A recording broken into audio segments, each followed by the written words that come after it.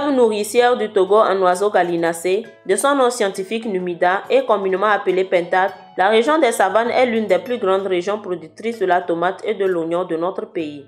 Couvrant une superficie de près de 1000 hectares rien que dans la préfecture de Sakansi, répartie sur plusieurs sites, la culture de la tomate et de l'oignon est faite par des jeunes, femmes et hommes organisés en groupements agricoles. Certains d'entre eux ont reçu des formations initiales données par des ONG de la place. Parti du constat d'une véritable aggravation de la pauvreté et de la faim, d'une détérioration continue des écosystèmes et d'une montée de l'illettrisme dans les milieux ruraux, constituant un dramatique goulot d'étranglement pour les actions de développement du gouvernement, ces ONG organisent des ateliers et sessions de formation à la fois théoriques et pratiques à l'endroit des agriculteurs et agricultrices de la région. C'est ce que nous raconte M. Jacques Nametougli, directeur de l'ONG Arej.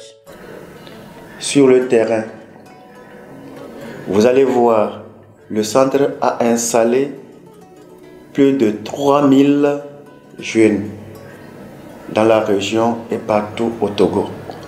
Et un jeune formé au centre Arej retourne dans son village, forme autour de lui 30 à 40 personnes. Ils sont donc continuellement sur le terrain pour appuyer les communautés agricoles. Leur action, appuyée par les services techniques du ministère en charge de la culture et des partenaires techniques et financiers, ont permis une mobilisation de centaines de personnes autour de la culture maraîchère, essentiellement de la tomate et de l'oignon. Ceci limite ainsi l'exode rural et les traversées parfois périlleuses des frontières à la recherche d'un mieux-être. Selon les autorités locales rencontrées sur le terrain, les bénéficiaires directs des activités maraîchères sont évalués à près de 400 000 âmes et les bénéficiaires indirects sont les populations togolaises, béninoises et ghanéennes.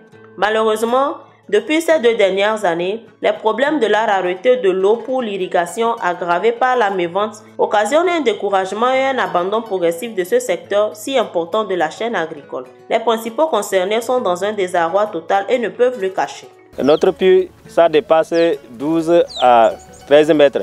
Donc on se force jusqu'à atteindre avoir l'eau pour arroser la tomate. Et le moment arrive que la tomate est produite, ça produit bien, mais on n'arrive pas à trouver le marché pour vendre.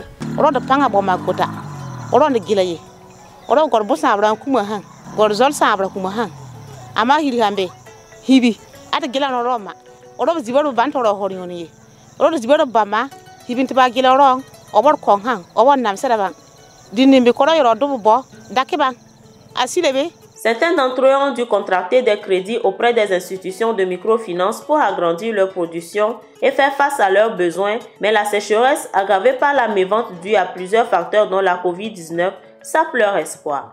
Vraiment cette année, à cause de Covid-19, là, nous n'arrivons pas à vendre nos tomates comme l'année passée. Les frontières sont fermées. Or, c'est les Ghanéens et les Béninois qui nous donnaient de bons prix. Ceux qui avaient fait les prêts pour faire les tomates, cette année, beaucoup de gens vont fuir. Parce qu'ils ne vont pas trouver à rembourser. Comme il est précisé dans l'axe stratégique 2 du PND, le gouvernement togolais est conscient que la transformation structurelle de l'économie reste un défi important si le pays veut améliorer la productivité et la compétitivité de l'économie. À cet effet, il retient une démarche fondée sur la promotion des pôles de croissance et le développement des filières porteuses qui sont des points d'ancrage importants pour accélérer le rythme de croissance, créer massivement des emplois et réduire la pauvreté. La même priorité fait partie de la feuille de route de l'action gouvernementale 2020-2025. Et donc, c'est bien possible d'aller vers la création d'un agropole tomate-oignon afin d'aider toutes ces personnes qui sont engagées à en faire leur activité principale. Cela nécessite une unité de transformation de la tomate et de l'oignon. Que ce soit à Boadé, à Tabi, à Poissongui, ces localités visitées par nos caméras, ou à Banyam, à Sanfatout, à Nampachal, à Dampion, à Kankampieni ou encore Namdjoga, que nous n'avons pu visiter, les maraîchers ne réclament que cela.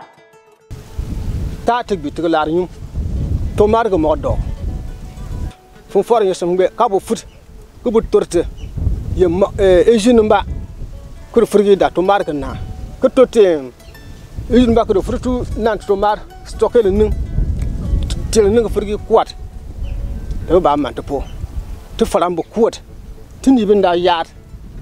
Premièrement, nous avons un problème d'eau et deuxièmement, nous avons un problème de stockage. Troisièmement, l'achat n'est pas bon. Jusqu'à un moment donné, on peut nous acheter le sac à 80-100 000 des fois.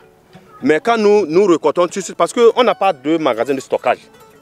Donc quand nous récoltons sur champ pour vendre, on est obligé de vendre. S'ils viennent, ils nous disent 15 000 francs le sac, on est obligé de vendre. Mais quand nous stockons, au moins quand ça dure un peu, vous allez voir que ça devient de l'argent.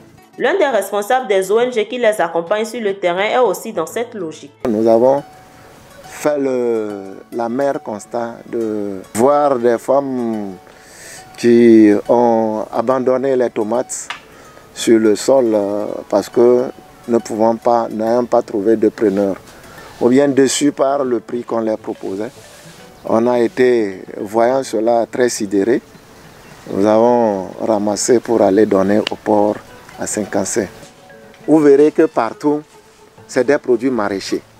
Mais maintenant, il faudrait qu'on puisse, puisqu'on ne peut pas consommer tout au même moment, qu'on puisse installer une unité, une vraie unité de transformation de ces produits maraîchers. Bien entendu, même si les maraîchers, pour ne pas tout perdre, recourent à une méthode artisanale de conservation, cela ne peut les sauver. Il faut bien aller vers une unité de conservation, transformation industrielle de ces produits agricoles.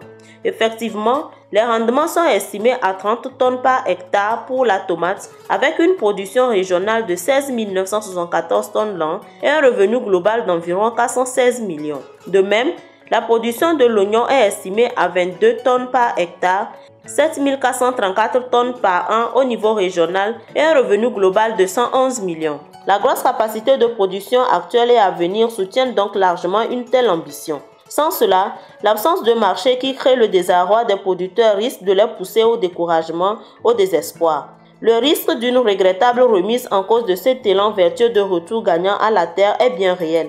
Il faut agir avant qu'il ne soit trop tard. Les vaillants producteurs et productrices placent leur espoir sur les plus hautes autorités du pays, toujours à l'écoute des populations, dans leur vision d'un Togo modèle et solidaire dans une prospérité partagée. L'agropole tomate-oignon, tant attendu dans la région des savanes, impactera très significativement la création d'emplois décents et de la richesse dans les terroirs pour le bien de l'économie nationale.